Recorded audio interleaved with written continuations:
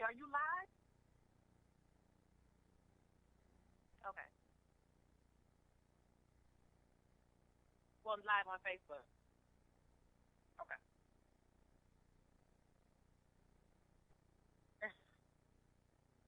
Tell a friend to tell a friend.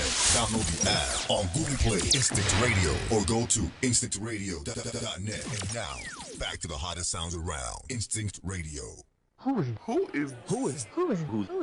that on the radio? Who is that on the radio? Who is that on the radio? You really want to know who's on the radio?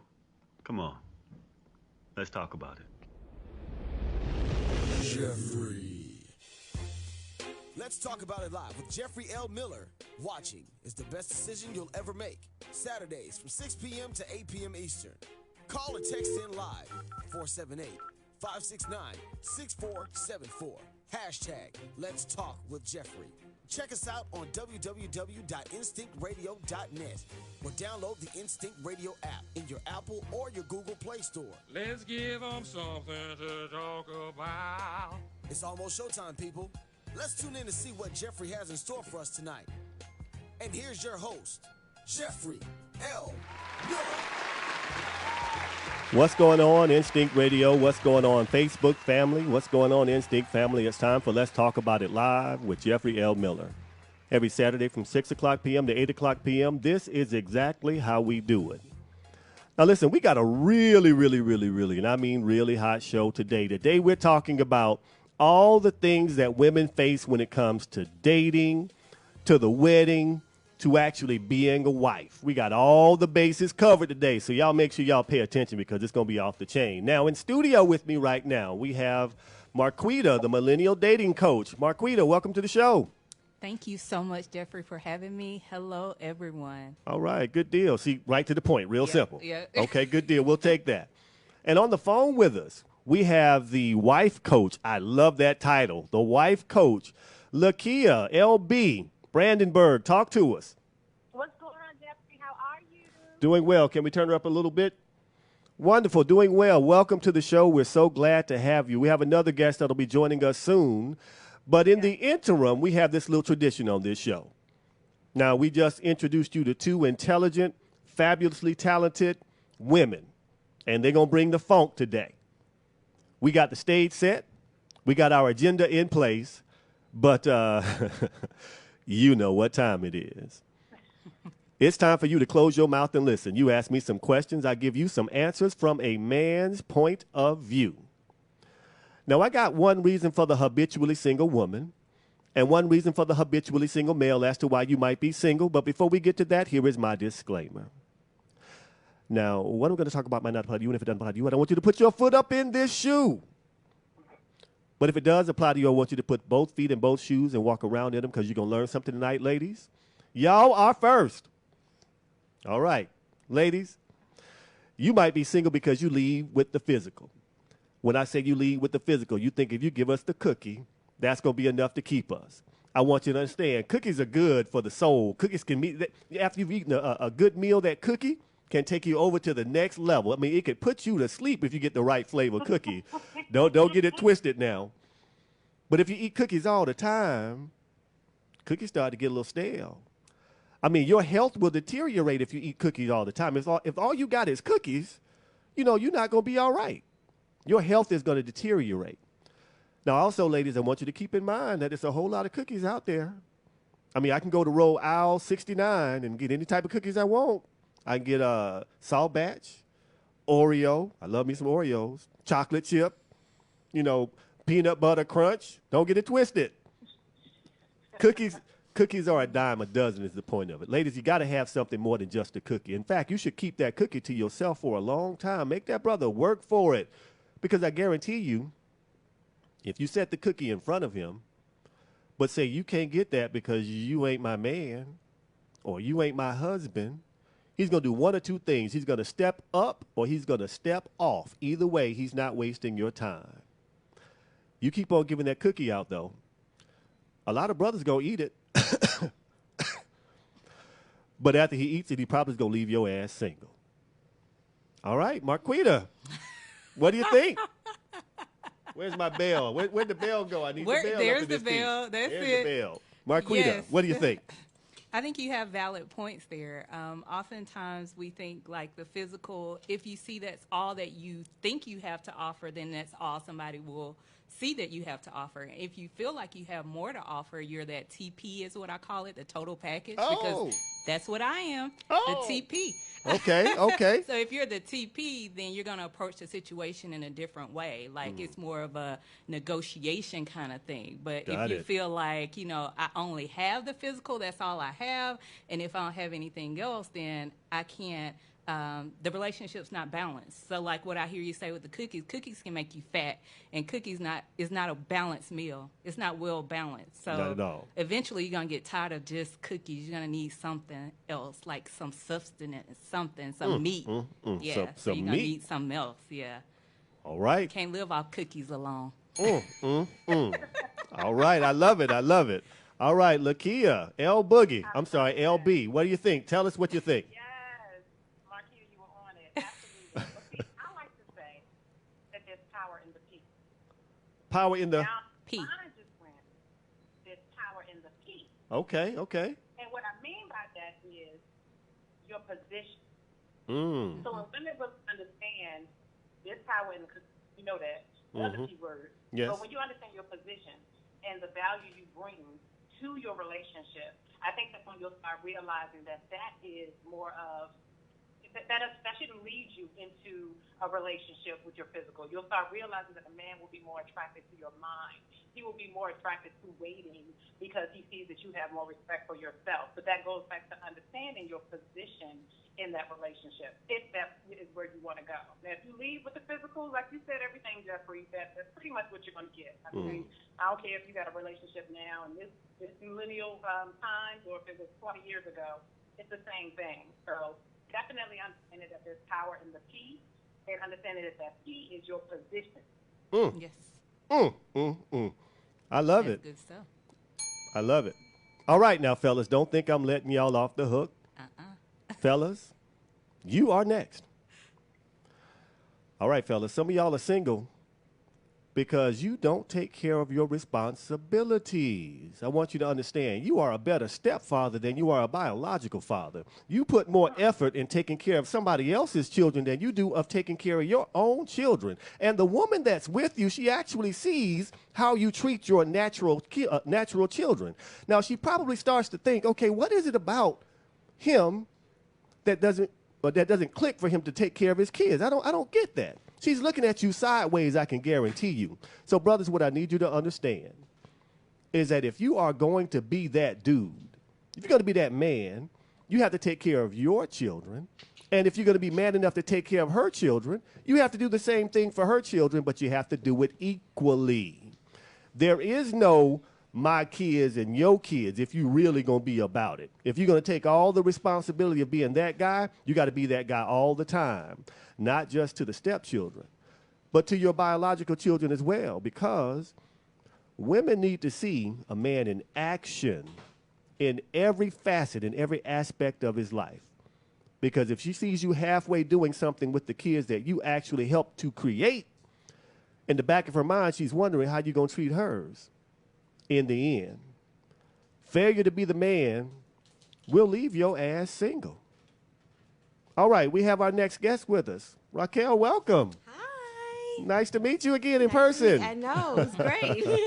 Okay, so you came in on Close Your Mouth and Listen, and we're talking about the fellas and why some men are single, because they don't take care of their responsibilities all the way around. They're a better stepfather than they are a biological father. Okay. What do you think about that? As far as why some men might be single. Why some men might be single. Oh, we can go so deep. I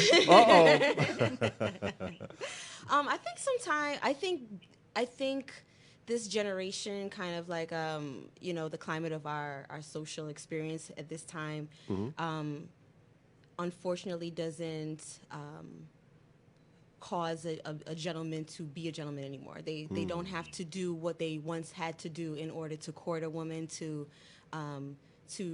kind of yearn and ask for what they want. It's kind of easy, So I think that that has a lot to do with why they're single. It's more fun to be single than it is to be in a relationship.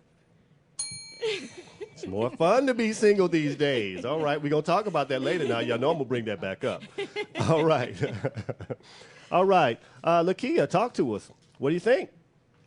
Honestly, I mean, I think y'all have pretty much covered all of the bases with that because I've had experienced that in my life.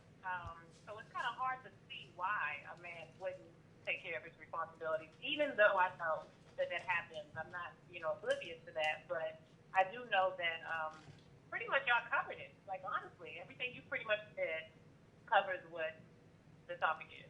Wonderful, wonderful. Marquita, what do you think? I would definitely agree with you, Jeffrey. I think that consistency is key. Like sometimes we want to have inconsistent behavior and we want consistent results. Like it doesn't work like that.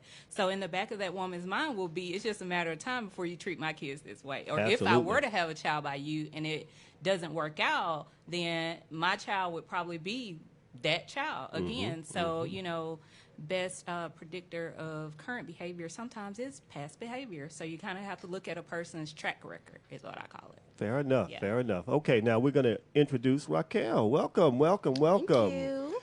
Tell us about yourself and who you are. I'm Racquel Kristi. I am the creator of Pop Bliss. Pop Bliss is a millennial way of celebrating the love of your life. It is a lifestyle celebrations brand. And we pretty much launched in 2016 with an ultimate pop-up wedding. Okay. That incorporates multiple couples, 6 to 10 couples. It's a secret adventure the entire ride. It's a 3 secret days. adventure? A secret adventure. The only thing they know is the day and the city they're getting married. They do not know anything else. But they know who they're getting married to. They do know who okay. they're getting married to. Just making sure now. Right. They do know who they're getting married to. But that's it. And they don't know there are other couples involved in the celebration as well. So it's a joint celebration. So they don't know the other couples. The guests don't know what's happening. The press don't know what's happening. It's top secret. Wow. And we just take them on this roller coaster ride to kind of help celebrate the new phase of their life. So they're walking into marriage free of stress, free of anxiety, and focusing on their relationship and kind of their union. And we're celebrating that in a big way for them. I'm digging it. Yeah, I'm digging Thank it. you. Okay, so let's go ahead and get into it. Now, we have the millennial dating coach. Yes. We have the founder of Pop Bliss. And we have the wife coach on the phone with all these tools and resources. Ladies, 478-569-6474. Y'all should have some questions today that's going to get answered. But we're going to get it started. It's real easy. Now, I want to ask you ladies this question. What's the most difficult, and this is for you, Marquita, what's the most difficult thing for millennials now when it comes to dating, from your experience? From my experience, millennials, that's that 18 to 35-ish, so I'm like hanging on barely. I got a birthday coming up in a few weeks, but I think it's just that connected piece. Like we are so interested in, well, used to really just pseudo connections, like on Facebook, on Instagram, everywhere you feel connected with people, but you're not really connected. So they want to have the Jay-Z and Beyonce relationship, but they don't want to do the work. Like I find they want a relationship, they want to be connected, but they don't want to do the work and kind of go deep. And that's what authentic, real relationships is. I mean, you can go on the surface and have surface relationships, but if you want something deep, then you have to be willing to be open and transparent. But they're fearing rejection. Fear and rejection. This is the most anxiety diagnosed age group.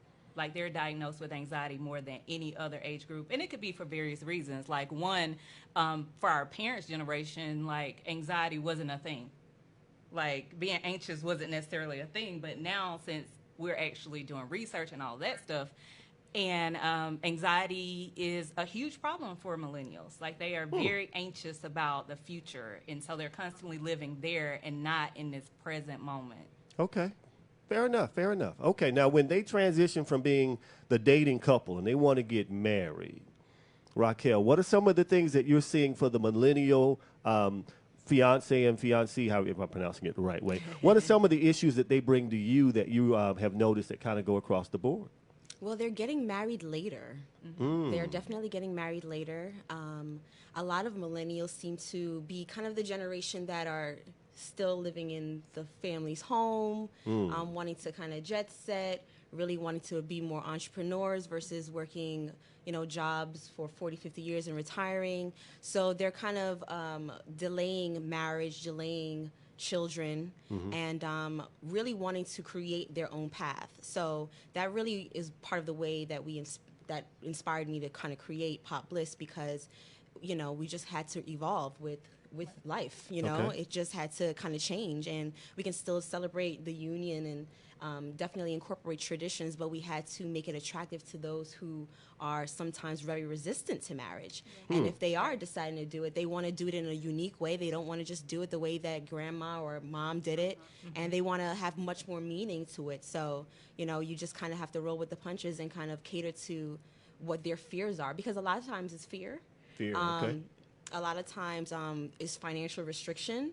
A lot of times it is just not knowing why they're doing what they're doing, feeling like maybe it isn't necessary that we have to get married, you know, having kind of like a torn relationship between what the union is and the contract. Got it. And feeling like, well, why do that? So let's just run to justice of the peace, or let's just, you know, live together happily ever after. Yes. So, yeah, so it's kind of... Yeah, they want an experience, like millennials want an experience. They want an experience. They don't want to just check something off the box. Absolutely. They absolutely want an experience. They want an experience. Okay, all right, now, Lakia, I'm turning to you now. Yeah. As intelligent, as successful, as astute as the modern woman is, why does she need wife coaching? I love that. And Marquita, I promise you, you pretty much went down the profile of what the millennials are. I'm Generation X. So everything was a little different, of course, when I started dating and considered getting married. What I realized, though, as a wife, I always like to say, all married women aren't wives. All married women aren't wives. You got to break that down now, because I'm thinking, if you married to me, damn it, you a wife. Exactly. But see, that's the thing. A lot of times, a lot of women are getting married not realizing that a wife is an assignment. So you got to do your homework. Okay. And with the wife coach position, my whole goal is to help you to know the difference so you can be the difference. A wife has power. There's a power of influence that we carry. There is a power of compassion, and all of these influential characteristics and qualities help our men to be better men, help us to be better women in our families and our community. So I think it's important, because sometimes we're still holding on to that dream of getting married, like when we were younger. Okay. And we're focused on the wedding day. And so we're planning. I mean, I've seen friends spend $30,000, $40,000, $50,000 on weddings, and in less than 2 years they're getting a divorce. Woo. So why are we doing all that? Why are we focused on the bride for a day, to being a wife for life? So that's why wife coaching is so key, especially for millennials who maybe didn't see the example of what marriage was or what a successful marriage is, knowing that they live in, an environment where they want everything to just work, or they just want everything to without putting in work, like Marquita was saying, like without putting in the work, I help them do the work so that they can see the benefits of what that work will bring. Okay, fair enough. Now, Lakia, I want to go back to you with this next question, and because I'm looking at 3 incredibly talented women right now. I want to know, Lakia, who's coaching the men? Because, you know, I look everywhere. Y'all got all types of resources. But for men, you know, where can I go to get coaching at? I don't need no coaching. You know what? But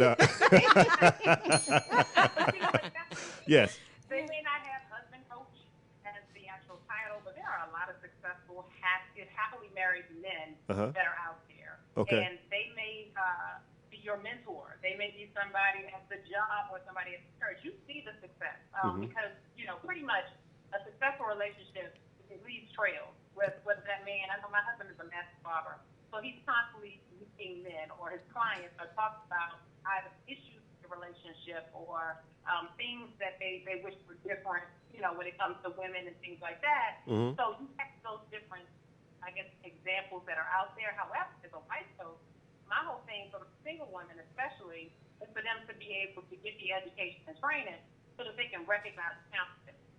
Okay. So even if there isn't a necessary wife or a husband coach out there, you need to know that this ain't the man you need to be with because of these reasons. You need to understand what a provider looks like, somebody that'll compliment you, not complete you, all of those different things. So I feel that they're out there. They may not have the title, okay. But we definitely feel, again, that these women have to be prepared so that they ultimately make the decision because they're the ones who's supposed to.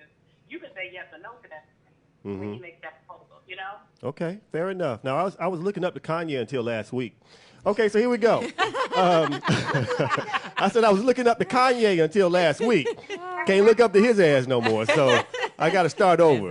Just got to start over. All right, the number's 478-569-6474, 478-569-6474, or follow me on Facebook, and I'll read your questions right there on Facebook. Here we go. Racquel, Yes, sir. when it comes to the Pop Bliss weddings, have you ever encountered a bridezilla? Oh, yeah. Groomzillas, too. Oh, yeah. Tell us about it.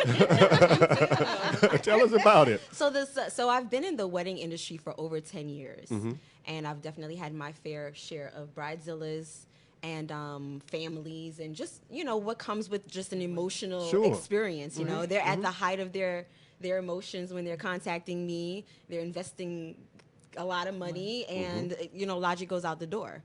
But with Pop Bliss, as much as we relinquish from them, so, it's all about just them focusing on their marriage, focusing on their union, not having to worry about the wedding planning and focusing on the marriage, marriage over wedding. And, but, they fill that space up with something else, a void, so it is really hard to strip the control, although they want to relinquish it. And you know who acts up? The groom. Wait a minute now. Wait a minute. Groomzilla. The groom. And I'm like, what happened to the days where you just show up?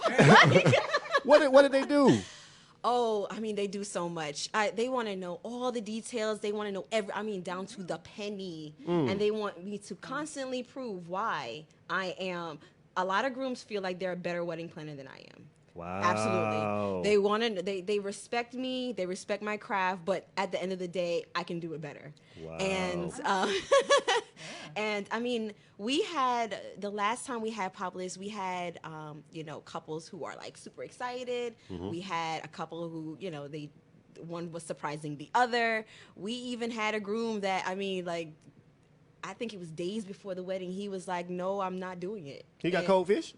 He just, you know what it is? Pop Bliss is so different. Before we ever produced the first one, no one had anything to look to kind of compare it to. Right. So they naturally would assume it's a mass wedding, which it is not. It is a joint wedding. Okay. So what's the difference? each couple has their own walk down the aisle. They say their own vows. And then the rest of the celebration is shared with other couples who are going through the same experience. What naturally happens is they become a natural support system, an unbiased support system to each other. They were once strangers, now they're friends. And I mean, so there's life after the wedding, They're having babies, they're having anniversary parties, they're really creating, that's a relationship that there's a bond there forever. So, but, before it was ever done, it was like, I'm not standing up there with 200 people to say I do, and they felt like it was taking all the personal effect and the intimacy out of it, and he was just not having it, and his bride was like, this is the only thing I want to do. Great thing is that at the end of the day, he decided to go with it, and he definitely did at the wedding tell me, I don't know why I gave you such a hard time. This is the best experience ever. So good deal. We were really happy about it. But I mean, after him, we have so many groomzillas. Wow. So many. Now I'm gonna tell you the difference. Now, what you just described, at the end of the day, he owned up to it. I made a mistake. Absolutely. Y'all don't apologize. Women, y'all don't apologize. You should have done wrong. If you had done it this way in the first place, I never would have felt that way. Right. It was all right. You did what I told you. Look, after the wedding, it was all right. It was all right. They give you that look. Y'all know how y'all do. Y'all know how y'all do. Don't even act. Don't even act. Okay. So, Marquita, talk to me. Yes. Let's talk about your most difficult clientele. When you have somebody that comes in and it's like just trying to pull the information out of them. Tell us how that actually happens. When I saw this question, I thought about it, and I said, I'm my most difficult client. I would be the most difficult client. It's because I'm a know-it-all. Like, I really am. I'm like, I know this and I know that. So I think that's the difficult client that comes in already with this agenda. Right. Like, this is what I want, and I just want you to say that I'm right. Like, okay, you can go ahead and do that. I find, especially with therapy and coaching, it's kind of different. But with therapy, when you're meeting with couples or even an individual, they come in, either they're on the verge of divorce and they want you to say yes is good or no. And I'm like, no, that's not what I'm here for, because I don't have to deal with the aftermath of it. Whatever you choose, you have to deal with that, and you have to own that responsibility. So I think anyone that would come in and they don't really want to own their problems or own their issues, that's going to be a problem. So I do what I call is some healthy confrontation, and I help them face those things. Healthy which is confrontation. Healthy confrontation. What's healthy confrontation? Healthy confrontation is allowing you to identify the voids and the problems that you are creating in your life. Oh, okay. And not always pointing the finger at other people. So in me coming to be a dating coach, it came out of my own personal experience because I've been single, I've been married, divorced, and dating again. So I've like met all of the criteria above. But I found that oftentimes we want to have someone to like blame. Like we want to say, oh, it's this person's fault. You know, this is the reason the relationship ended. And for me personally, I had to take a deep look at myself and say, yeah, that was a part of it, but you need to own your part in it too. Like it can't all be one person. The success when a relationship is going really well, it's not one person, and when it's going really bad, it's not one person. Two people are involved. And so I think a huge part of that is really owning your responsibility and saying either I'm going to stay this way or I'm going to make some changes. So if I were to say to all my exes out there, it's y'all fault. But I did. Him, right? I did a couple of things, but for the most part, it was y'all fault. Yeah. Is that permissible? No. Well, it could be like 70-30. Them. Yeah. 70-30 them. But the percentage-wise doesn't really matter. But the fact is, I think a lot of people just didn't want to own up to their stuff. And Agreed. They came in thinking, oh, I'm going to be on their side, or no matter the situation, unless there's some abuse and things like that. Of course, I'll make that disclaimer. But you have to consider, like, how did I contribute to allowing this to go on? And you have to really be honest with yourself. Either you're going to stay the way you are once you know it, or you're going to make some changes. Fair if enough. you want a healthy relationship. Now, if you Agreed. want an unhealthy relationship, do whatever you want. But for me, if you're coming to me, I'm about cultivating healthy, authentic, real relationships, because that's what we all want. Like, Absolutely. we want to be connected. Fair enough. Now, I want to know more about what brought you to this current profession. So we're going to start with you, Lakia. Lakia, tell me how you got into the business of being the wife coach. Yeah. Now she laughed. Now, No, because it always birthed out of experience. You know, Right. for me again was wanting to get married and not really understanding what I was getting myself into. I was literally about to get married just to say I got married. I was literally about to get the title because that's the next step in your relationship. After you've been together, y'all done gone together for like 20 years. Y'all might as well marry, right?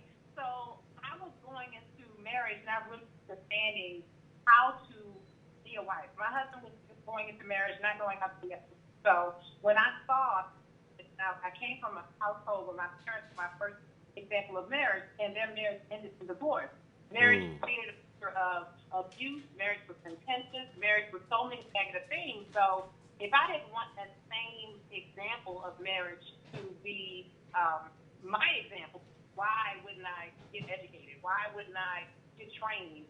And so once I realized I could do those things and create my own version of what happily ever after looks like, based on a whole lot of imperfections, let me say that, then I was ready to other people. I was ready to coach other women and have wife training, things like that. So that's what pretty much got me in there. I think all of us, like people were saying, we all successful, healthy relationships.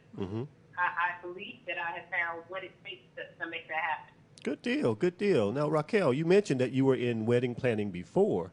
How did you even get into it, though? Well, it's funny.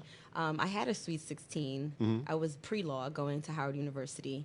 And I had a Sweet 16 that my mother put together for me. And as naive as I was, I said, I want to open a catering hall. Okay. I didn't know it was a wedding planner or an event planner. And going through school, I studied hospitality, and I saw the movie, The Wedding Planner. And I'm like, that's how I'm going to come up with the money to open my catering hall. Okay. So I was in the industry for a while, just beating down doors, trying to give myself an opportunity while in D.C. And once I finally was able to start the company, we focused on celebratory events, so weddings, birthdays, any kind of celebration.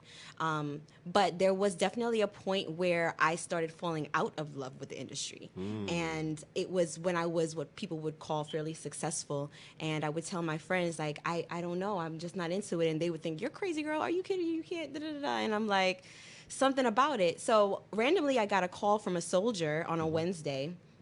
And he told me that he wanted to propose to his wife and get married Thursday. And wait, the day after he called you? He called me Wednesday. He wanted to get married Thursday.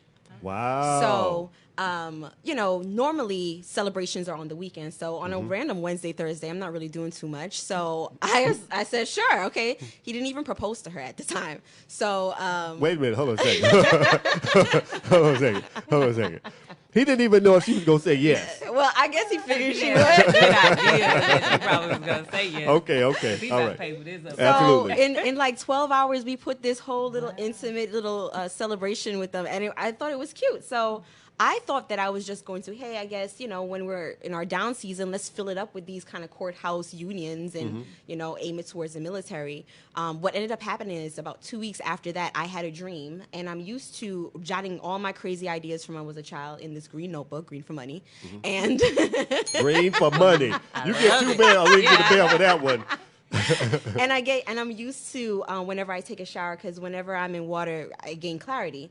So I take a shower with a recorder. So when I'm speaking my thoughts, I can just record it. So I had this dream, and luckily my little notebook was next to my bed, and I jumped out of my sleep and jotted this whole entire dream down. You should see it. It's scribbled, but it was an entire blueprint of what Pop Bliss is today. And it literally came from a dream. And of course, I came to my team. They thought I was absolutely insane. Who would ever do something like this? And they laughed at me. My family laughed at me. Everybody was like, you're insane. You need to go back to sleep and dream something else. And I was like, no, I think this can happen. And it took 3 years to develop Pop Bliss. And it looks a lot of trials and tribulations and just kind of recreating what I thought I knew about the wedding industry. But the thing is, it's like, everything I thought I knew does refer and would assist with developing something traditional in the wedding industry, but I was really trying to change the minds of the masses without realizing that is what the power I had to do at the time, which it took 3 years, but when we produced that thing, it was the most amazing. I felt like it was my wedding. It was the most amazing experience ever, but it all literally came from a dream. I was just open to receive, and I received. Now, here's what I'm hearing. We're going to get deep real quick. This is what we do on this show now. Now, Racquel said when she's in the shower, she gets clarity, and she gets all these ideas. I will submit to you that you're actually in utero, and your ideas are being birthed through you. We get deep up on this show. So what you've actually done is something that few people do. You're actually in tune with your creative process to the T. You have the green notebook that you've had forever. Your process is defined and it's natural to you. So when something happens in a dream, your mind says, wake up. Yes. And you write it down. That's a blessing, boy. Listen. Thank you. We have deep people on this show. I need y'all to know that's how we do it. All right. Marquita. Yes. So I've been a therapist now going on 11 years. Wow. Every time I say that, I'm like, man, how old am I? I'm really young. I started really young. When you were 12. Yeah, when I was 12. I started doing a lot more relationship counseling with couples, couples in conflict, couples that were on the verge of divorce. And it was this weird thing because I really never wanted to. It was never my intention. Like, I didn't want to do that. But I started seeing the patterns. And I was like, these couples had issues while they were dating. Like, we need to go back to the foundation. And so I was like, Marquita, the only way to stop these couples from coming to you when they're in crisis or when they're about to divorce is to deal with them on the dating end of the spectrum. Let's be preventative, because I'm all about that.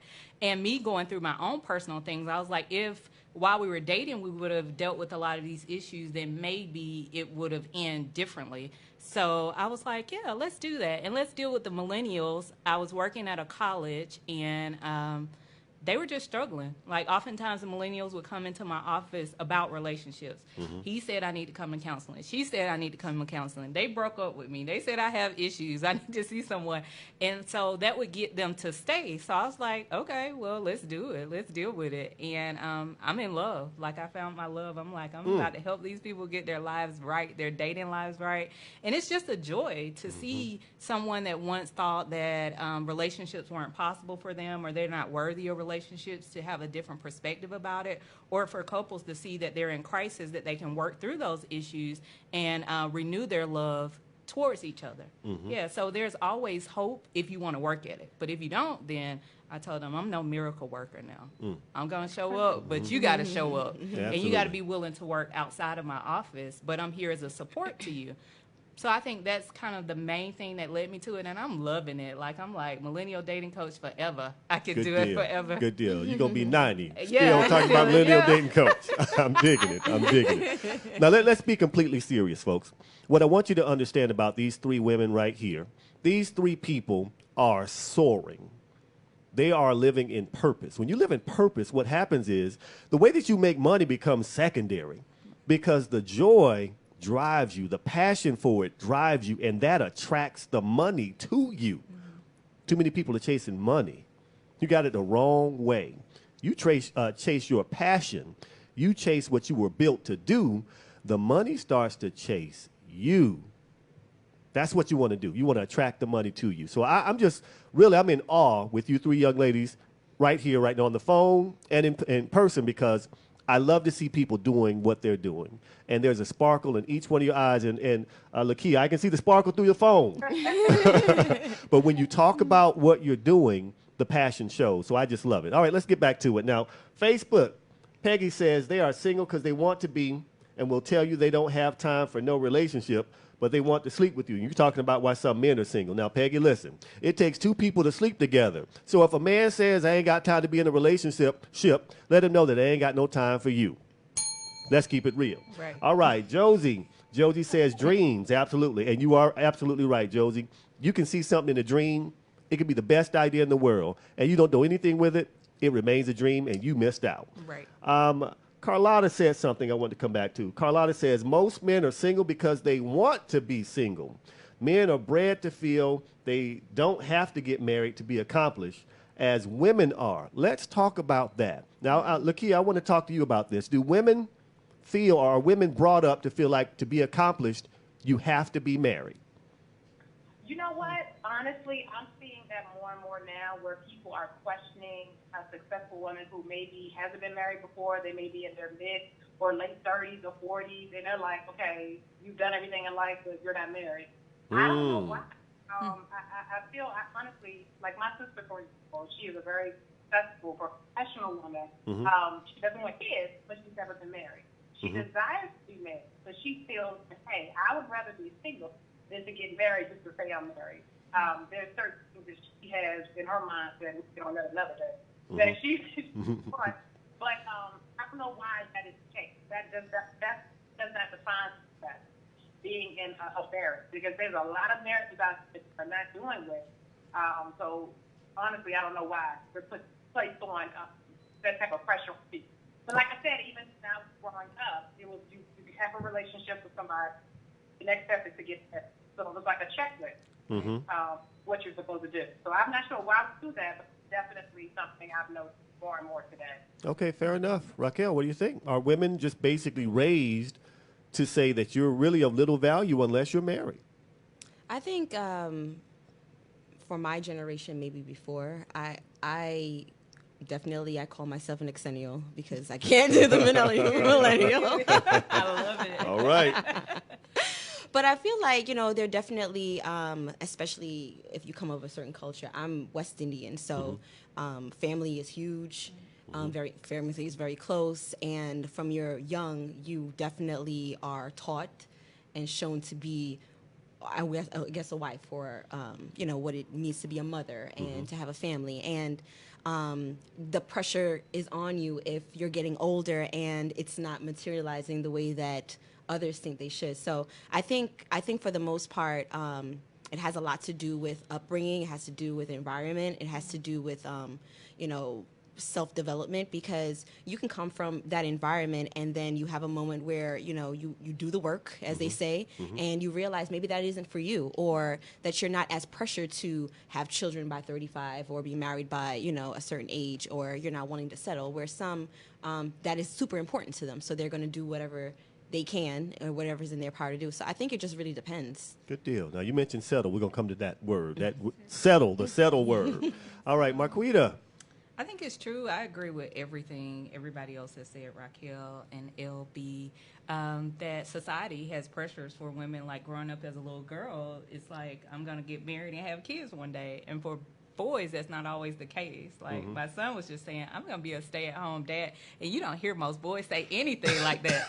And then my first thing was like, baby, are you gonna just make your wife work? I was just trying to make sure, like, what's gonna happen. But you don't normally see that, like women or men, parents raising their boys to say, oh, you're gonna grow up and be a husband and be a father one day. So I think that's just something that's different that we have to shift to make sure that we're telling our boys that too. Like, you're growing up to be somebody's husband. You're growing up, because I tell my son that you're gonna be a strong man. You're growing up to be somebody's husband, somebody's father, and I'm laying the groundwork for that. And just as for little girls, but not to put this undue pressure that if you don't become married or you don't have kids, that makes you less than, especially around Mother's Day. A lot of people feel that, like, if I'm not a mother, then I'm less than, or Now let's talk about the men real quick. I got this video that we're going to talk about, and it basically talks about how the straight black male is really the arrogant white person of the black community. So we'll watch this video. We'll come back and discuss it and see where it takes us. Okay, let's go ahead and roll that clip.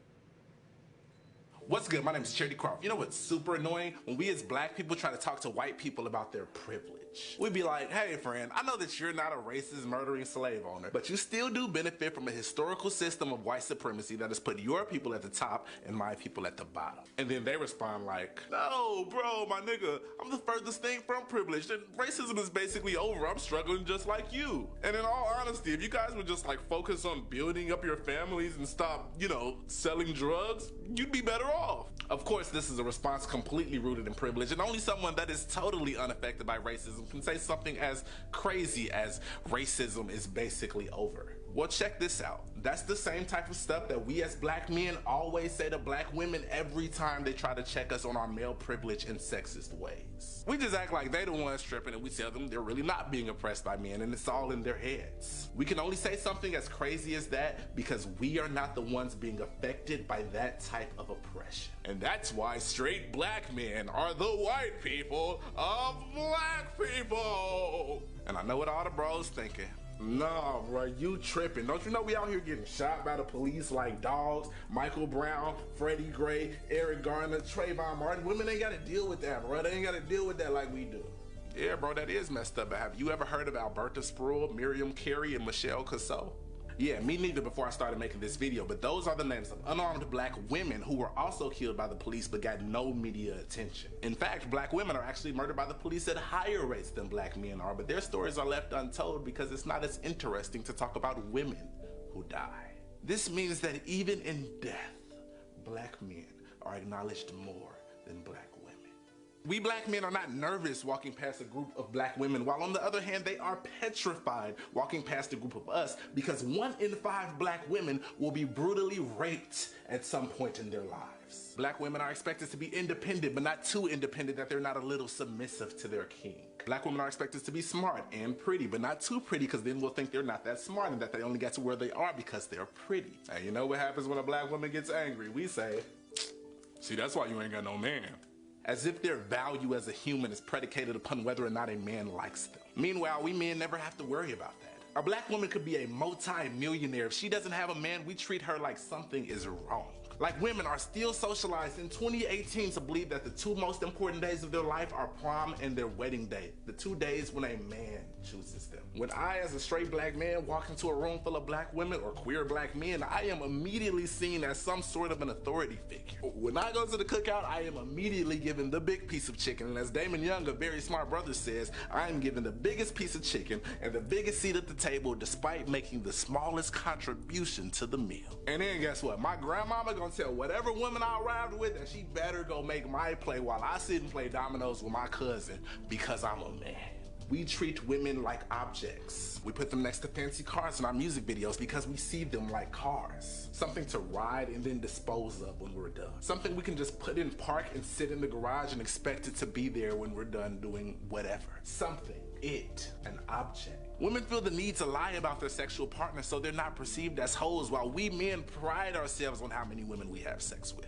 And let's be honest, we don't even really have sex with them because that would imply some type of a connection. We usually just use women as human masturbation devices, sex toys. And then gay black men, they are ridiculed on a daily basis by straight black men, and ironically, it's not even usually because of the fact that they like to have sex with men. That's the interesting part. We as a society...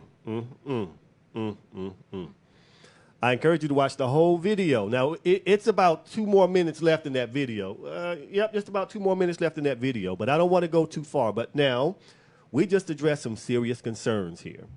Women have been played to the left by some men out there right now, and I just want to know, basically, on the video, how do you feel? Do you feel it's accurate? Is it missing something? Is it off base? We'll start with you, Lakia. Now, Lakia, I know we're getting close to time for you. Are you okay on time, or we need to wrap up? No, we're okay. I'm actually still honestly playing that in my mind, what I just heard. It was a little choppy, so I was trying to piece some of it together. But, I mean, a lot of the points he was making, I've seen them being discussed in my own community, in discussions, and of course of the climate that we're in now. But as far as, are we relating these relationships or just pretty much speaking on what we heard? This is pretty much on what we heard, and if you want to relate it to relationships, perfect. Go with it. Wow. It's deep. Honestly, I mean, it was just a lot of things that he covered, especially when he said something about walking into the room and whether it's homosexuals looking at him or black women look at him as if he is the Don Juan way. I don't know. It's pretty deep. It's pretty deep, and I'm not sure exactly which angle I want to go, but it was just a lot of, I guess, controversial things that were being made within the video. Okay, fair enough. Marquita, what'd you think? Yeah, I would agree. Like, there were a lot of different kind of messages, but what I got out of it was we're supposed to be invisible but visible at the same time. Like, there's this back and forth. Like, you can be smart, but you have to be pretty, but you can't be too pretty, or you can't be too smart. Like, there are always these demands being put onto us. And no matter where you fall, you always fall short. And if I'm basing my worth on what somebody else thinks, then I will always fall short. So I think as being an African American woman and dating and being in relationships, like, I have seen that kind of superior, inferior kind of thing. But then I'm supposed to be seen as an equal, but not too much. So it's like all these kind of confusing things. Like, you don't really know what is okay or what you're supposed to do or how you're supposed to behave in certain situations, because too much on this side or too much on that side is not too good. So how can you operate all the time in that middle? Like, the strong black woman, being a strong, independent black woman, like I've heard guys say that, like, I like that you're independent, but maybe you're a little too independent, and so you don't know how to be deep. So it's like all of that. But if that's how you've had to operate just based off of survival, then it's like, well, you got to do what you got to do. So I think a lot of that just kind of comes up. But it's definitely things that need to be talked about. Like, even in death, when he said that black women are essentially invisible, like, even in their death, we're not recognized or we're not seen for our value or our worth. Fair enough. Racquel? Yeah, he said a lot. I actually follow him quite often, and what I do like about him is the way he delivers the message. It provokes you. It angers you. It confuses you. You kind of relate, and then you disconnect. But what he absolutely is great at, in my opinion, is causing you to think. I personally feel like he did bring up a lot of points that some people would find difficult to hear or accept, but others will say, "Yeah, I totally relate to that. I can see that is my truth. That is really what happens."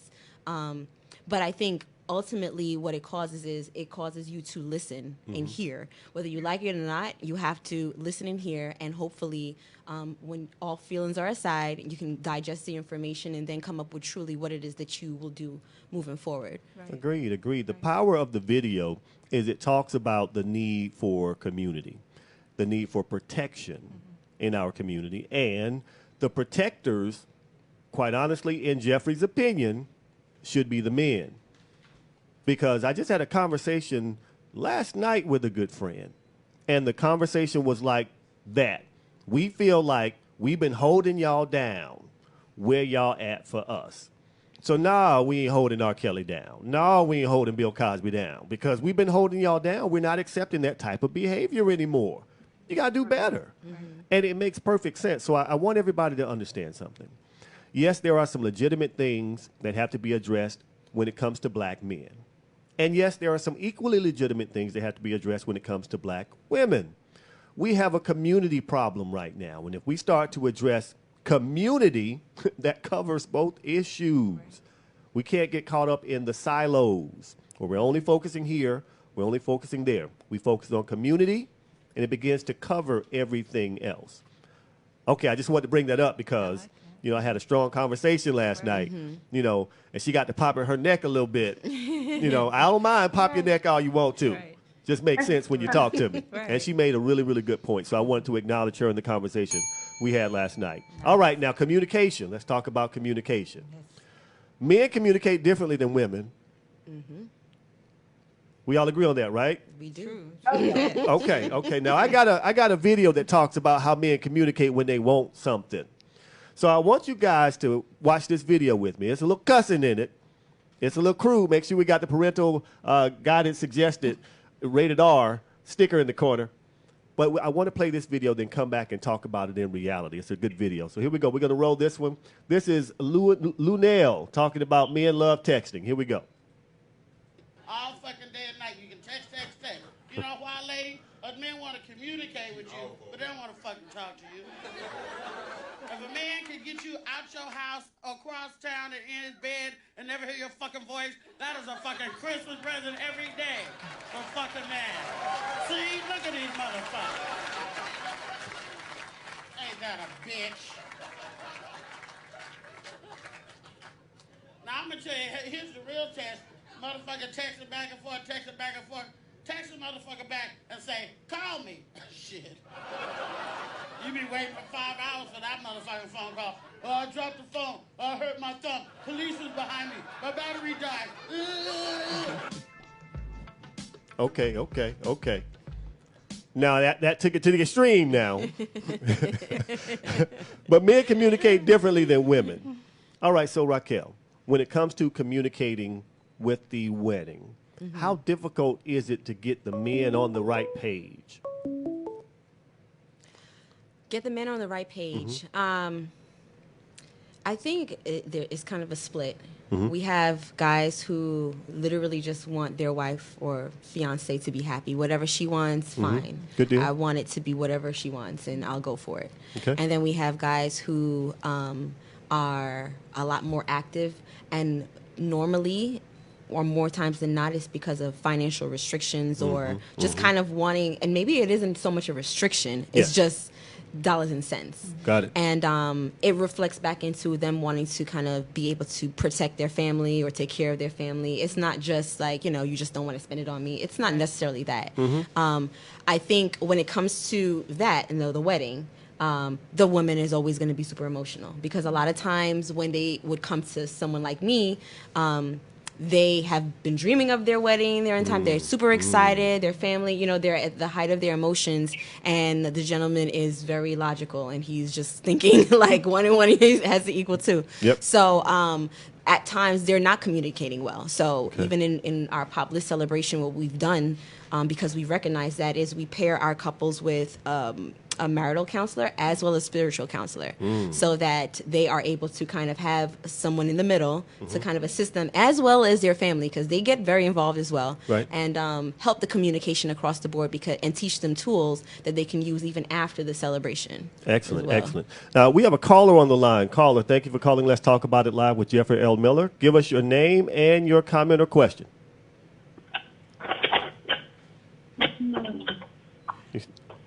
All right, caller, one more time. You're on with Jeffrey L. Miller. Let's talk about it live. So give us your name and your comment. Go right ahead. Okay.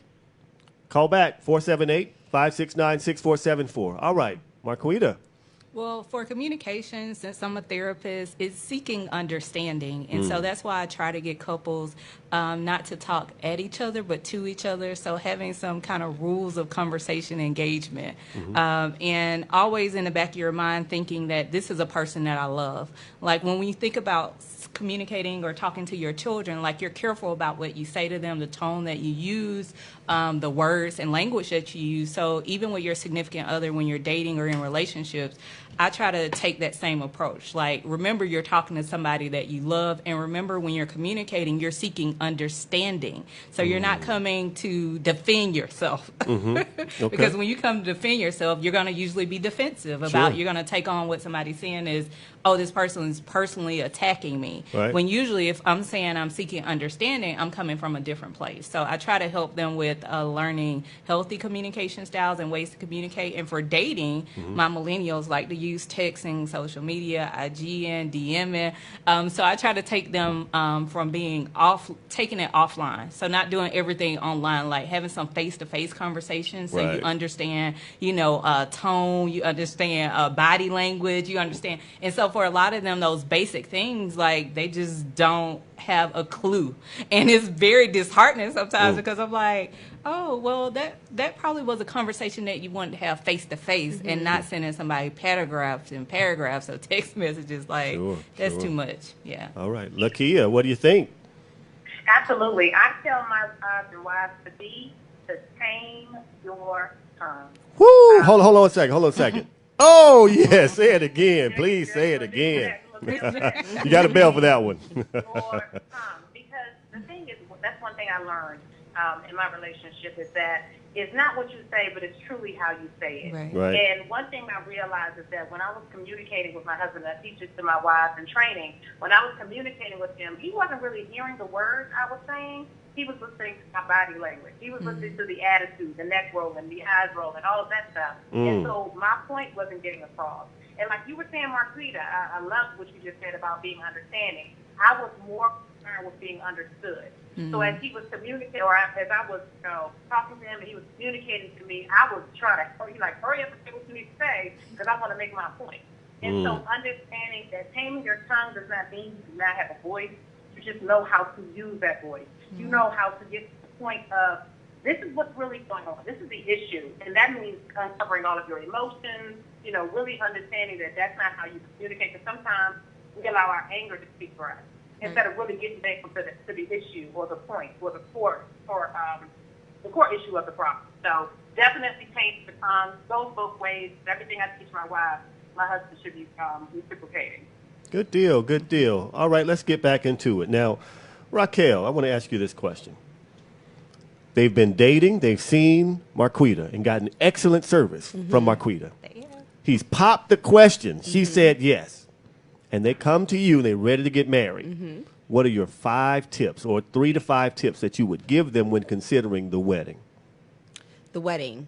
So it's funny because although I'm a wedding professional and I want you to celebrate your love in a big way, I really do still believe it's marriage over wedding, which is kind of like the backbone of what it is that I'm creating. So I take away all of the other fluff and the pretty so that you can remember what you guys are doing and what you're walking into. So one word of advice I definitely would give anyone who's engaged is remember you're walking into a marriage. It's not just about the wedding. Thank you for that. Also, be free to celebrate your love. Like, don't be afraid to do it your way. Be creative, be spontaneous. Whatever it is that makes you unique and your love unique, celebrate it. Sometimes it saddens me when couples feel like they just want to rush because almost like they think it's going to disappear. Like, if I don't hurry up and marry him or her, like next week, it's going to go away. No, just be fiancés, like transition from girlfriend, boyfriend to being fiancés to husband and wife. There is something special in that. It's something beautiful in that. And you won't get that, hopefully. That's only a one-time thing, but you won't get that moment again. So really just take your time and transition properly and celebrate the love that you have. So that's number 2. Number 3, it's about you. It's not about mommy. It's not about Aunt Kelly. It's not about... Can I ring the bell on that one? I'm ringing the bell. I'm ringing the bell twice. Keep on going. It's not about your sister's friend. It's not about your best friend. Like, it's not about them. You do not need their approval to live your life the way you would like to live it. You can love and appreciate them and respect them very much, and you can ask for the same from them. It just because you're now engaged doesn't mean it is like, all hands on deck to kind of mapping out what your life looks like. You're getting married. It is you that will lay down next to this man or woman every night when they are sleeping well in their bed and you are tossing and turning because you've made a decision that Aunt Kelly told you to make instead of what it is that you want to make. Remember that. Yes. And that I feel like that is super important because, trust me, like the family and the friends will take it over. Yes, they will. What am I on, 3, 4? You're on 4. You need some more? I'm good because you kind of laid it down. You hit some points that I can speak to personally. Where were you at when I got married? Boy, I tell you what. Yes. Yes. One thing I will say, for anyone who is wanting to plan a wedding, a celebration, a party, a union celebration, I highly, and this is not a biased opinion, I highly believe that you should hire professionals and you should start with a wedding planner. I agree. Do not, you don't look, this is the thing. You don't just wake up and know how to do this the right way, right? It took time for you to find your fiance. It took time for you to want to fall in love and be engaged, and it took time. You're not going to just have a ring on your finger and then all of a sudden you are the ultimate wedding planner. And don't try it out on your wedding. That is the worst day to try your hand at this new profession you've decided to take on. You want to, if you're going to do it well. And the first stop would be a wedding planner because your wedding planner will have all of the nooks and crannies and the gifts to creating what your vision is. It doesn't erase you out of it, but I truly, truly believe that sometimes brides and grooms do themselves a disservice by not putting the proper people in place. The professionals in place. Professionals in place because it's you. It's yours. Absolutely. So wouldn't you want the best? I'll tell you from experience. I won't forget her. Her name is Hester Parks. She was the wedding planner. And I said, to my fiance at the time, we're having a wedding planner because you're not going to be stressed. Yes. You're going to tell her what you want. She's going to go get it. Now, we interviewed people like photographers and florists and all this other stuff, and I was the money guy. Yeah. Right. I said, this is our budget right here. So scope creep inevitably came in and went from this number, and it started getting up here. So I had already put a little float in it. When it got to that hard line, I'm like, listen, I said the number was this. We're above that number. We're not going any higher. So whatever you got to do, make sure the people you bring next don't go higher than this number. Then she worked her magic. So I agree 100%. A hired professional. And interview your professional. Absolutely. It's a relationship as well. It's kind of like you're walking into almost a marriage in a way with your wedding planner. You're going to be working with this person who is going to celebrate and create the most memorable experience for you, your wedding day, the day you're going to say I do and be Mr. and Mrs. and start a whole new life together. This person's in charge of what this looks like, feels like, smells like. Yep. You need to make sure you make the right connection, and that connection should never be just on a financial basis. I agree. You don't budget shop for the rest of your life. Now, we interviewed 3 wedding planners, and the first one, very, very nice young lady. She invited us to this restaurant, and I tested her. The bill came, and I pulled out my card. And I put my card in it, and she let me pay. She failed. I'm sorry. If you go charge me premium prices, and the food was like $30. Yeah. You can't pay $30, or you don't get my card and put it back in my hand and say, hey, I got this. This is a client meeting. Failed. The woman we went with, Hester, again, she invited us to her office. We sat down, and she had all these books from all these weddings. Her office, there was a part of it that was set up like it was the altar. It was incredible. It's just incredible. So anyway, I digress.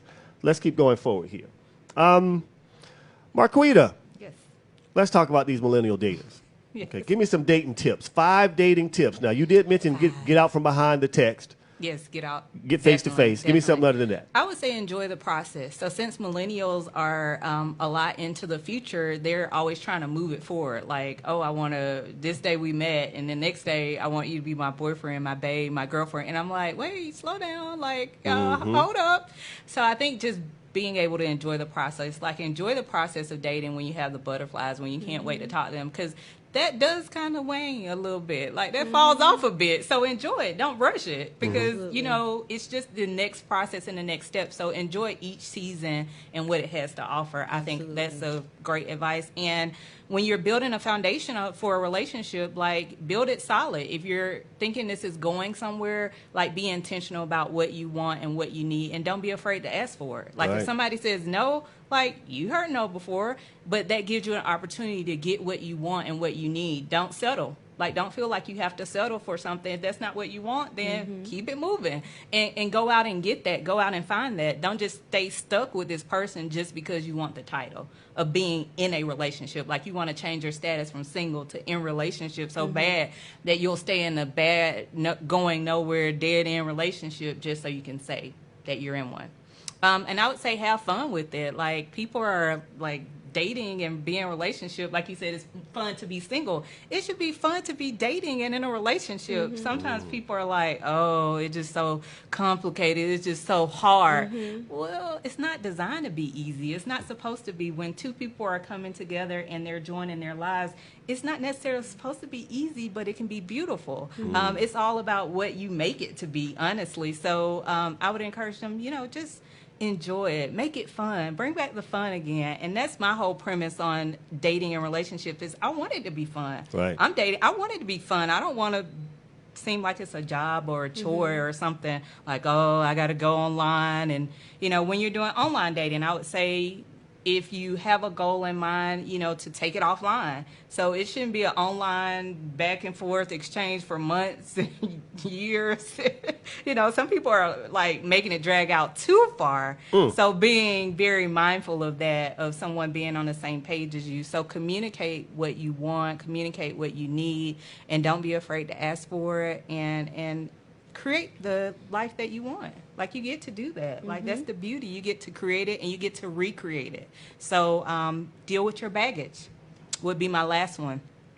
If you pack your bags and you are packing the same bags and you're going to a different destination, expect for the same thing to happen. You go unprepared if you have all that baggage, and don't put the responsibility of your new boo, bae, boyfriend, girlfriend responsible for your baggage. You have to be responsible for your own baggage. So unpack your baggage so you can position yourself to meet the one, but most importantly, to be the one. So when you meet the one, you'll be ready. Okay. Now, Lakia has stayed with us a little longer than she said that she could. Lakia, if you will, give us your final thoughts, closing thoughts, and then, unfortunately, we'd have to leave you for the rest of the show.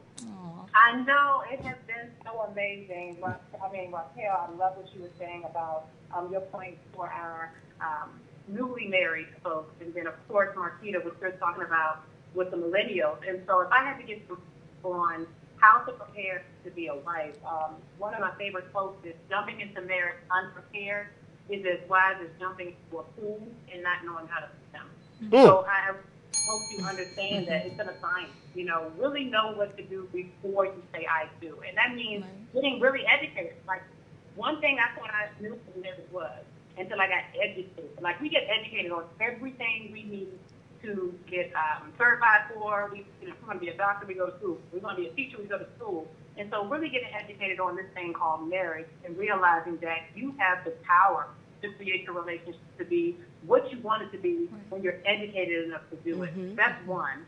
Secondly, continue to date your spouse.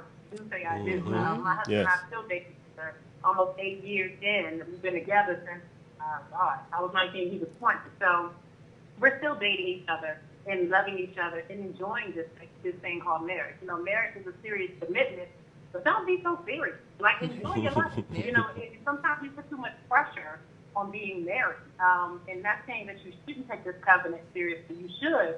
But enjoy it. Like, who wants to be happily, married and you're not happy? Okay? And speaking of happiness, to the final point, something that Steve Harvey said that always stuck with me is that, he didn't make Marjorie happy. He was already happy. Mm-hmm. And so I think it's important that wives understand that happiness begins with you. Understanding that a happy marriage begins with you. So that means taking care of your happiness, filling your cup, letting it overflow, doing the things that enjoy life and things of that nature, things to make you happy, and then your husband will ultimately complement those things. So those will be my points for my wives and wives to see. Well said. Now, Lakia, if people wanted to contact you or follow you for your services, how could they find you on social media? Absolutely. Well, on Facebook, it's Lakia Brandenburg. I am also active on Instagram. That's my favorite social media platform. There's at The Wife Coach. And, of course, my website, LakiaBrandenburg.com. All right, perfect. Thank you so much for joining us. We really appreciate it, and let us know how we can return the favor. Absolutely. Thank you. Good night, ladies. Good night. All right, now listen, when I saw The Wife Coach, I'm like, you know what? She got to come on this show. Oh, yeah. Got to come on the show. With that title. Absolutely. All right, so here we go, ladies. Got a question for you. This is something I do every week called Inbox Drama. I'm going to read the inbox scenario. I'd like for your feedback on the scenario. Okay. It's real easy. Yes. All right, this one is, he went ghost. I've been dating a man for several months, and he was perfect. He stated his intentions. He was consistent, met my family, and they liked him, and so did my son. He was great. As soon as I let my guard down, he fell off the face of the earth. He stopped calling. He stopped coming by. He disappeared. I want to know why. I didn't deserve this. Marquita, what do you think about that scenario? Hey, you're the millennial dating coach. We're going to start with you. Let me get ready.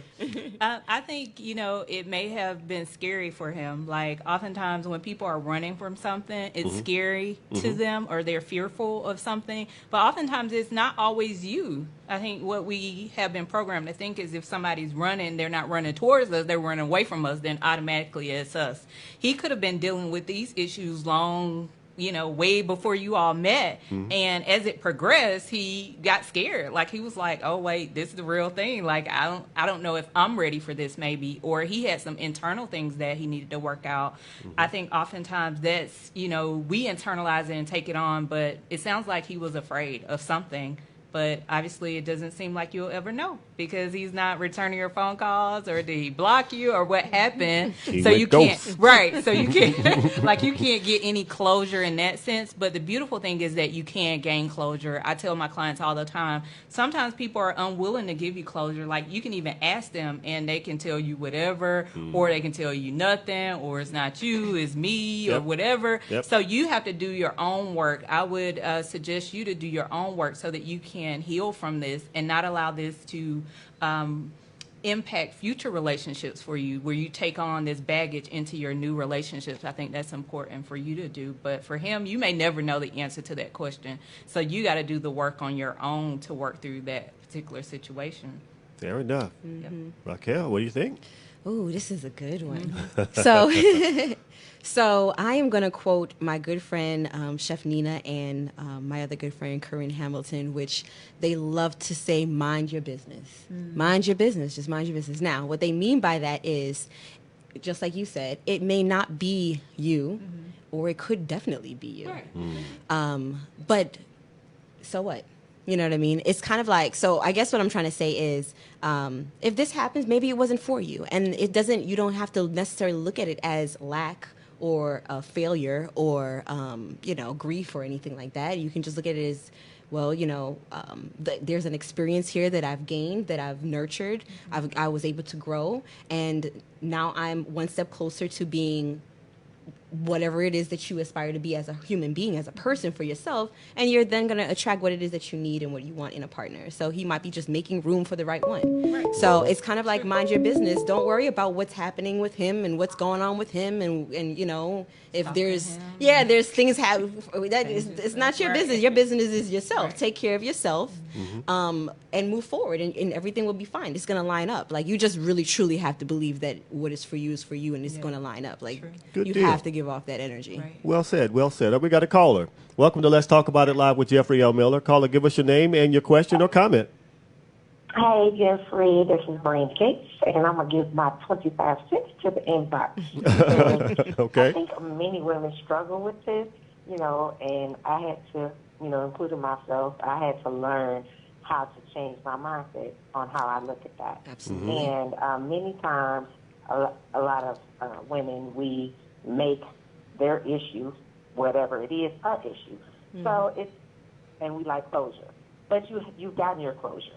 Because when a person goes MIA and disappears, you're getting your closure that, hey, this was not the best fit for you. And it's just like a job, or even if you had a career. Sometimes, you can be a great asset to a company, have a career, or have a great job, and you're performing, you're doing everything, but you still get let go. It doesn't reduce your value. It doesn't mean you weren't valuable. It just means that it's time for you to move on to something else, that God has something more in store for you. And that person was not what God wanted for you. And it's a lot of times we don't look at it like that because we're used to the tangible. We're used to being able to get some type of face-to-face closure, or, our questions being answered. But really the only question you have to answer is about yourself, meaning if you were open-minded, if you gave it 100%, if you felt that you were doing the things you were supposed to do, on a consistent basis, being respectful, being supportive, then you really have nothing to, I guess you could say, be ashamed about. You're going to be disappointed because people are always going to disappoint you. But at the end of the day, when you reflect upon the whole, the longevity or run of that particular person, you have to take away that this was just only preparing me for my life partner, if marriage is the goal, or whoever you're supposed to be with. And just those are the signs. If a person, because to me, if a person, I equate being secure in yourself. If a person is very secure in themselves, then they have no problem being respectful enough after taking up your time to give you some type of communication. Okay. Not the non-communication, and say, hey, maybe this, something as simple as this is not working out, or I decided to go in a different direction. Something, not just go MIA. That's a fair point. Here's what I want to do, because we're getting close on time. What I want to do is I want to tell each one of you what I said to her. Now, in reading this, she said that he met my family, somebody she's dated for several months. Nah, playa. Ladies, I need y'all to stop being so nice. Don't just anybody get to meet your family. Now, he could, I guarantee you, he brought up, hey, I want to meet your folks. And she was like, okay, that's something on my checklist. I want a guy that wants to meet my family. She said that he met your son. Okay, I need, my son needs, you're checking all this stuff off for somebody that you did not fully vet. There should have been a line. I want to meet your son. No, you only meet my son if we're in a serious committed relationship. You just don't get to meet my son after dating several months. You did not draw that line. I guarantee you didn't. What you saw is somebody meeting your expectations, but not living up to your standards. He met your checklist, but he didn't meet your standards. People just don't get that access to you. I believe in this instance, you made it much too easy, and you let your guard down because you wanted him to be that person. Never let your guard down. Always test and verify, because this guy right here is a predator. I don't mean that in a rapist type of way, but I mean he sensed what your weaknesses were, and he went right at him. I guarantee you, through casual conversation, you said something about the importance of family. You said something about the importance of your son seeing good, positive male role models. You told him the roadmap. Matter of fact, you showed it. You lit it with neon glow paint and gave it to him, transcribed it, and played a recording of it and let him hear it. You made it too easy for him. Now, I believe because you are a very nice person, very nice woman, good head on your shoulder, that this is a learning experience that won't stop you from meeting the person you're designed to be with. Just understand, as you said, Marquita, ain't going to be no closure. The closure is what you're going to put on it. Close that book. Right. Keep moving forward. Yep. And keep moving forward. All right. Well, I mean, I would say in my personal experience, you can vet a person good, and they still can do that because People That's true. change. They change. You know, change meaning what they want, and they may not have the heart to tell you, and they're still going to just get ghosted. You know, the ghosting. They do it. So, you know, and again, it's not a reflection. If you always want to reflect to see if you could do things differently or better or more efficient. So everything you said is very valid. You know, however, just don't beat yourself up about it if it happens as if it's, you know, like it's your fault or it's the end of the world. Like you say, you chalk it up as a learning experience to prepare for the next. Because at the end of the day, you're supposed to learn something out of every relationship or situationship or potential relationship. Situationship? Uh-oh. You lost me on situationship now. Hey, listen, thanks a lot. We appreciate you calling in, though. Oh, okay. No Thank problem. you. Have a great day. We'll talk to you again next week. Thanks for the call. All right, ladies, now listen. Here's something else I want to bring to you now. Because, first of all, you being professional, knowing a lot of professional women, a lot of accomplished women. Marquita, we'll start with you. How is a man supposed to get through to that professional woman who's already accomplished? He could be equally accomplished. He could have it going on for himself, but she has to trust that my system is worth giving up for this guy. Right. How does the guy meet that uphill challenge? Well, I think he has to first be up for the challenge. I mean, you can't meet the challenge if you're not up for it. Coming to a woman such as that can be very ego testing, you know, for some men, because they may be intimidated by her. And a man wanting to be a man and that woman being able to allow him to be a man. So I think it's communication, getting to know that woman, getting to know what she enjoys, and really courting her. I think that dating kind of art has been lost of courting, because women like to be courted. We like to be sought out. We like to know that the man in our life. You said that was a Freudian slip. She said men, as in plural. You just admitted that women got layers of men they can choose from. Go on, keep it real. That's what we do on this show. We keep it real. Well, yeah, the good ones we do. She's keeping it real. The good ones we do. So I think just being able to meet that woman where she is, and for him to be very confident in himself. And again, his ego can't get in the way of wanting and desiring this woman, because she's likely going to be a challenge. Like, she's not going to be like most women. She's not going to do that roadmap and make it easy for you. You're going to have to work for it. So you got to be willing to put in the work. Okay, fair enough. Racquel. I have this conversation with my male friends all the time. I think that, and some people may not agree with me, but I do feel like a woman needs to maintain her femininity, and she needs to maintain the allure and what it means, and what it means to be like a sexual, desirable being as a female. You can be super accomplished. You can have all the degrees in the world. You can drive your own car. You don't need anybody's money. You can do all of that. No one is taking that away from anyone. But I do feel like sometimes females use that as an armor, and all an armor is going to do is block your heart.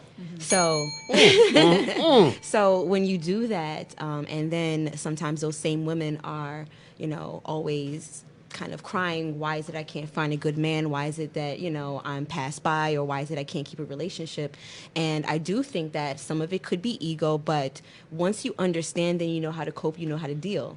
And I feel like just like you want a man to be a man for you, you need to be a woman for a man, and allow. There definitely is a song and dance. There's a balance. You absolutely can be both. You absolutely can be a soft, feminine female that is attractive and desirable by a man, and still very strong and powerful and courageous and passionate. And we see it in history. We see it all over. Like, I mean, you see these powerful women who are able to kind of hold down their family, hold down their man, and it's not a need. They don't need them, but they want them. So I think you sometimes we lose that because we are so hell-bent on just making sure we don't need anyone else. But when you put on that armor, like I said, and you don't need anyone else, okay, you won't, but you'll be lonely. Yep. You know, so. Well said. Now listen, I want all the women out there right now who are strong to hear me real quick. Being strong is wonderful. It's wonderful. There's a point, though, where you have to remember when that spider drops down on the bed, more than likely your ass is going to run. You know, or there's something at the top of the cabinet that your ass can't reach because you're too short. Whereas, you know, a tall brother could come in and grab it. No, you need a man. I'm being funny now, but you need a man around, not just a man to keep you warm like a purse or something you just interchange when you want it. This matches your shoes, so I call this guy up. Or he's good to take to the corporate event, so I call that guy up. Or my car needs to get fixed, so I call this brother up. That's not what we're talking about. We're talking about that man that earns the right for you to put down that strength. Don't get it twisted. You're not abandoning it. But there's a partnership that has to take place. You mentioned earlier settling. Somebody said settling on the show. Mm-hmm. I want everybody to understand something. If I gave you a Bentley right now, don't worry about the year. I'm giving you a Bentley, and it's dirty. Are you going to say I'm not going to take that Bentley? Or are you going to take that Bentley and wash it? You probably take that Bentley and wash it. Mm-hmm. If I give you $99 right now, and it's all $1 bills, are you going to take it? You're probably still going to take it. Make it rain. Look, you know what? That's where I was going with it. Now, I wasn't going there. But the bottom line of it is, there's a part where you have to recognize that what you're being given is not settling. It's actually a profit. You're not losing something. I think people, men and women, have this list. I need everything on this list. In life, you usually don't get everything you want on that list. So if you have a man that meets 85% of your criteria and that 15% that he lacks does not include abusive language or verbal or physical abuse, anything like that, alcoholism, destructive behavior, if that 15% is not comprised of any of that, I submit to you that you probably got a good brother. Now, if you're focusing on that 15%, you're focusing on the wrong thing. And you'll never be satisfied because you're focusing on what you're not getting instead of the 85% that he's bringing to the table. Now, if that 15% is financial irresponsibility and you got your stuff Trump tight, I ain't mad at you. You don't want a grown boy. That's not what I'm saying. I'm saying if that 15% isn't a major deal breaker, he might not be as tall. He might be bald. He might not be as dark as you like. You know, I'm speaking up for the light-skinned delegation today.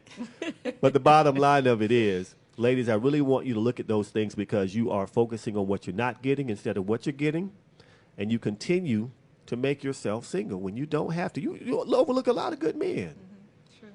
Now, fellas, don't think I'm not acknowledging you. Fellas, sometimes I tell you this, we don't bring enough to the table. Sometimes we ain't even got no table. The bottom line of it is you cannot go up to a successful woman expecting her to slow down for you. Mm-hmm. She's not going to do it. She should not have to. If she's already moving at 10 miles per hour and you're moving at 2, you're slowing down her progress. Now, if you're moving at 9, you know what? If you stretch, you can get to 10. But if you 2, you can't stretch and get to 10. You can't stretch and get to 5. You got to do better than that. So a good friend of mine, her name is Shay. Shay says a lot of times people get outside of their dating lanes. Mm-hmm. Yes. Sometimes you got to stay in your dating lane. Mm-hmm. So, fellas, if you have aspirations for a woman that's strong and independent, well, you got to step your game up. Mm-hmm. You can't be broke. You can't be broke in spirit. You can't be broke in the pocket. You have to have something that you bring to the table. All right, so listen. We're getting close to the end of the show. I want to change this up a little bit. It is Mother's Day weekend. Mm-hmm. Mother's Day weekend. Are both of your mothers still with you?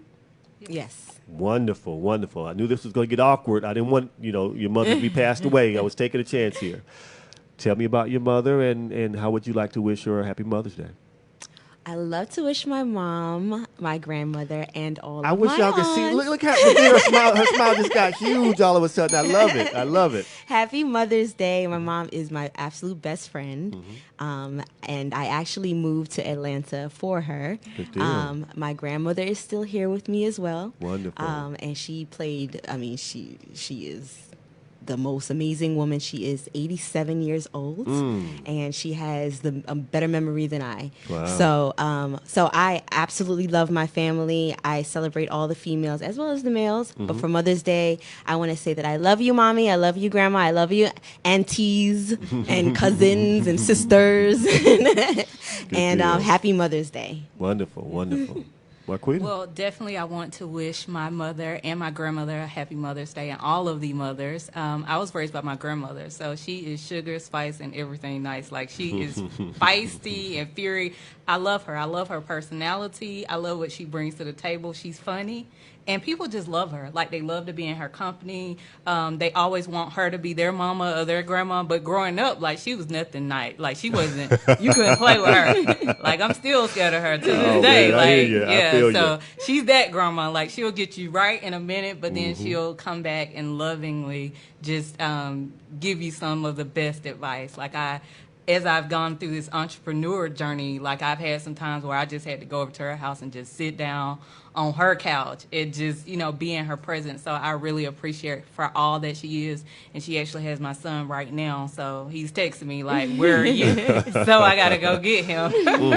But yeah, I love her and I love my mom and all the women in my life that are mothers, and even the ones that aren't, that have been active in children's lives. Like, it takes a community, it takes a village, and I'm grateful for my village. Absolutely. I love that. Absolutely. Okay, so for me, this is my daughter's second Mother's Day. And I'll tell you, I've got a chance to see her grow and blossom from a little baby, obviously, but to grow in motherhood. And I look at my granddaughter and how bright she is, and I see my daughter all over again. And that part, it makes me proud to say that, my daughter isn't a statistic. She's not another teen mother. She's a mother who is embracing it. She's embracing all the good, the bad, and everything, and she has a tremendous support system. So to her, happy Mother's Day. To my first wife, Shanna. Now, Shanna had a little sickness that hit her this year. However, she has an indomitable spirit, and she's pulling through like a champ. And we're all wishing her a happy Mother's Day, and you keep doing what you're doing. We all got your back, and we'll all be there for you. Okay, my sister Cassandra, closest to me in age. My sister KK, love you to death. She is just determined. She went to Clark Atlanta. That's the only mistake she made in her life. But I'll tell you what, that woman is a dynamo. She has a beautiful daughter, Nia, and a handsome son, Austin. I didn't mess your name up. I almost called you James. But Austin is graduating this year, and she's just as proud as she wants to be. And he, too, is making the mistake of going to Clark Atlanta. I don't know why, but I guess you're a legacy. No problem. My other sister, Gwendolyn, entrepreneurial. She has a horse therapy farm right outside of Fort Valley. Now, she has like 58 acres of just land and all these horses that are rescues, but that's her passion. So she has two little cottages there where people can go and bring their horses and board them and stay there and while the horses go through therapy, and she's just doing big things. Shout out to you, Gwendolyn. My sister Angie came up to me the other day and she said, you know what, sometimes I can be a little tough, but I want you to know you're still my brother and I love you. And I looked at her, I said, you still my sister and I ain't worried about nothing you ever said. Come here, give me the hug. And we hugged it out. Because sometimes your family, sometimes you have those moments now. But what family does is they let that stuff go. Right. Because more than anything else, family is family. My eldest sister, Edith. Now, Edith is the chief of the clan. There are 10 of us, and she's the oldest. I see. Yeah. I didn't even do the nieces. I just started with the daughter, the ex-wife, and, that's it. So Edith has always been in charge. You might think you're in charge until she rolls through. And then you realize she just has better ideas than you have. You might as well just acquiesce and follow along. But, happy Mother's Day to you. Sometimes I see the things that you go through, and I always see you pull through. And I really, really appreciate that because that's inspiration. Sometimes you become a mentor to your younger siblings in ways that you never know. Just know they're always looking up to you. Even though we're all grown, still looking up to you. I almost forgot somebody. Sabrina, Sabrina, you have been instrumental in making sure that my kids saw the beauty of marriage. You know, the part where marriage works like a well-oiled machine. I'll forever be in your debt for that. Thank you so much. Now, my mother is a jewel from the crown of glory. I need y'all to understand. Through years and years of marriage and dedication to my father, one thing that she said to me that always stuck with me is that I can't imagine having another man's last name. Your father took care of me in life and in death. That showed me what men do. Mm-hmm. You know, it doesn't matter. Men do what men do. To my mother, I appreciate you more than anything else because when things got toughest, I saw you get tougher. Now, I saw my father do that, but it's Mother's Day, so we're talking about you. With 10 children to feed and a household to run, never saw you bow your head. Always stood proud. You always made it happen. And I'm proud to say that both my mother and father were integral parts in forming me and making me who I am. But most importantly, my mother is just that crown from the jewel from the crown of glory that I get to see every day in my mind's eye, and I get to see her again on tomorrow. So to all the mothers out there, I want to say Happy Mother's Day. Now, my mother's the greatest mother out there. I know y'all mothers are good, but don't get it twisted. My mama is the bomb. We can argue now. Don't get it twisted, though. But I just wanted to say Happy Mother's Day because the mothers make the world go around. I saw something that showed the sanitation workers' wives. They were in Memphis, and they were getting ready to go on strike. And every time they talked about strike, they only talked about the husband. Mm-hmm. So this documentary highlighted the wives and how the wives were right there with their husbands, had their back, holding them down. So the backbone of our community has always been the mothers and the wives. And it is right now. What has to happen, though, is we men have to step back up and do our part. Right now, women have been doing just a bit too much for too long by themselves. So I encourage all the men right now watching this show, if you have not been involved in your child's life, start today. Don't start half-assed. Don't force that woman to have to block you again to protect that child's feelings. Show some damn consistency. Be the man you're supposed to be for that child. That child will forgive you, and she will too. You got to be consistent. No ifs, ands, or buts about it. You have got to be consistent. To the single mothers out there right now, I'm going to say this to you, and I mean it with nothing but love. Choose not to look at yourself as a single mother because you're buying into the myth that what you have isn't enough. You are a mother. You are a mother, a powerful mother. A mother that makes something out of nothing, figures out ways where there are no ways. Focus on just being a mother and kind of put that stigmatic label of single mother, put that down. No stigmatisms. All right? Listen, we do this every Saturday from 6 o'clock p.m. to 8 o'clock p.m. right here on Instinct Radio. I need you to follow us on Twitter, Instinct_radio, Instagram, Instinct Radio, Facebook, Instinct Radio Station, Periscope, Instinct_radio, and email instinctradiolive@gmail.com. Racquel, if people wanted to get in contact with you, how would they follow you or how would they reach you on social media? Well, you can definitely find me through the website, which is www.popbliss.co. That's C-O. Also, I am on Facebook and Instagram, both as Racquel Kristi. There's a C in that R, Racquel, R-A-C-Q-U-E-L, K-R-I-S-T-I. And you can also follow Pop Bliss at pop.bliss on Instagram and Facebook. Wonderful. Thank you so much for coming out to the show. Thank you so much for having me. All right, Marquita, if people wanted to find you, where would they go on social media? Yes, on Facebook or Instagram, I'm at Millennial Dating Coach, and that's also my website, millennialdatingcoach.com. Wonderful, wonderful. Now, listen, we do these types of things every week. Now, next week, we're going to change it up a little bit. We're going to talk about the legalization of marijuana. Now, I don't smoke marijuana. I don't smoke it at all. However, I'm an advocate for the legalization of it, and I think we as a community need to get ahead of the curve. John Boehner is. Why not us? So our guest next week, we're going to talk about the hemp industry, the marijuana industry, and the potential that's there to make a whole lot of money and put a whole lot of wealth in our communities.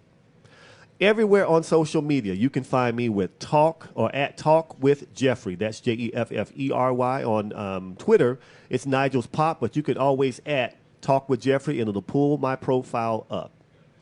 This has been a fun show. Absolutely. It was great. Yeah, but had a lot of fun.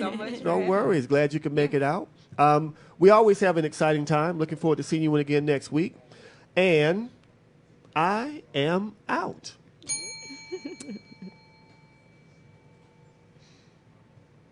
You're listening to Instinct Radio. Wonderful. No worries. Who is that on the radio? Who is that on the radio? Who is that on the radio? You really want to know who's on the radio? Come on. Let's talk about it. Jeffrey. Let's talk about it live with Jeffrey L. Miller. Watching is the best decision you'll ever make. Saturdays from 6 p.m. to 8 p.m. Eastern. Call or text in live 478-569-6474. Hashtag Let's Talk with Jeffrey.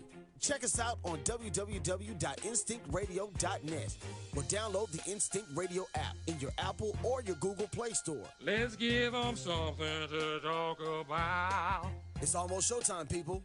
Let's tune in to see what Jeffrey has in store for us tonight. And here's your host, Jeffrey L.